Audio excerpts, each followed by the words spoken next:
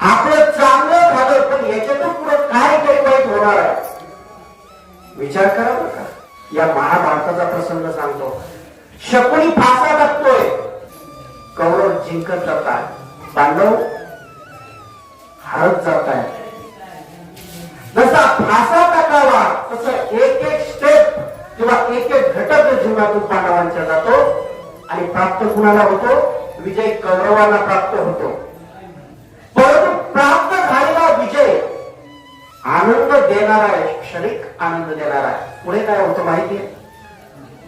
राज्य मिळतं, 100चे 100 नष्ट होतात. जे इथे जिंकलेले आहेत, जे विजयोत्सव सेलिब्रेट करत आहेत, विजयोत्सव ज्यांच्या जीवनामध्ये आता सुरू आहे, त्यांचा पुढचा काळ प्राप्त झालेला विजय त्यांचा विनाश करून सोडतो. हा या भारताचा इतिहास.